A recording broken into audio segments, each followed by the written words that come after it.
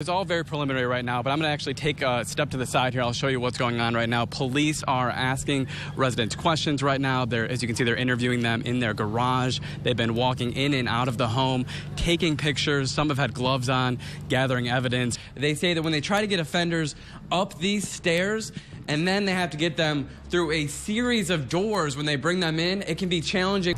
Yeah, Leslie and Jean, it's a scary situation. First, take a look at this, though. Police are putting up tape right here. They're trying to kind of, block off the area right now as we speak. And I'm here with this woman. She says that you were trapped on the roof. Tell me about that. Pretty scary.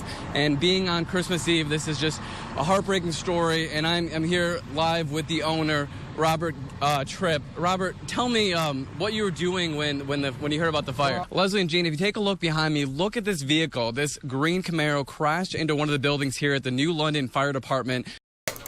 It's as simple as clicking a mouse, and pictures of your children can be ripped from social media and in the hands of a stranger. I think she's just sad, lonely, doesn't have a family, wants children. That's how Brandy Beckham describes a woman who snatched photos of her nearly one-year-old twins, Paisley and Presley. She changed their names, went to the length of changing their names, their birthday, saying that she adopted them, that we died. A thought that sends any mom's mind racing. I was scared, very scared that she was going to come and take my kids, that she wanted them. Monroe County Sheriff David Hoffman handled the case and says Beckham is not alone. Upon further investigation, we found two other parents that had children also that this lady had used their pictures, and she had told them that she was basically adopting these children. But Hoffman says his hands are tied because although what she did could be seen as creepy, it's not illegal. For identity theft, you have to steal someone's identity for the purpose of, either financial gain or something like that. And Hoffman says the case didn't meet the guidelines for stalking because the woman didn't reach out or harass the families in the law's eyes. Laws that Beckham says she wishes were different. I don't want it to happen to somebody else. About 10:45 last night, the trees and stuff was moving. We had a large howling, and we were starting down the stairway.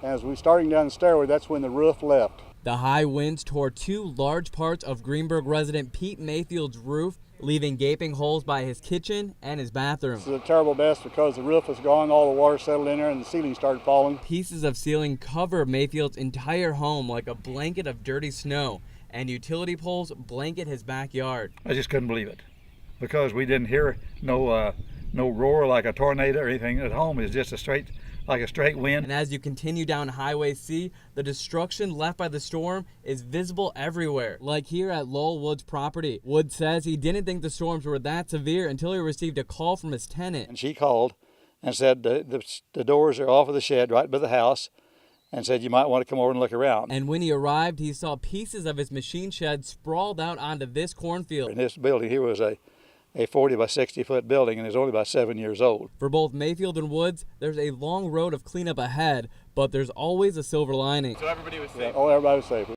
Robert Tripp, donning a Santa cap and a long gray beard, had planned to spend this Christmas Eve ringing bells for the Salvation Army, like he's done for 4 decades. That is until he received horrible news that his home was on fire. I was breaking down with everything, and I was trying to drive.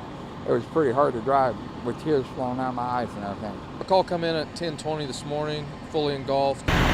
Within a half hour or so, we got the fire under control. Altogether, 4 family members lived in this home on 24 South 11th Street in Keokuk.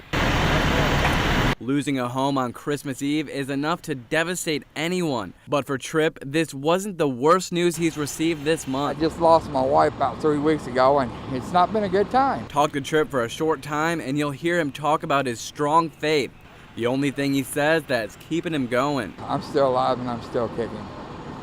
The devil ain't gonna win this time. And if he had lost any faith at all through this tragedy, it was quickly restored when a stranger approached him as he watched his house burn. Just come up and give me a donation for my house to help us out.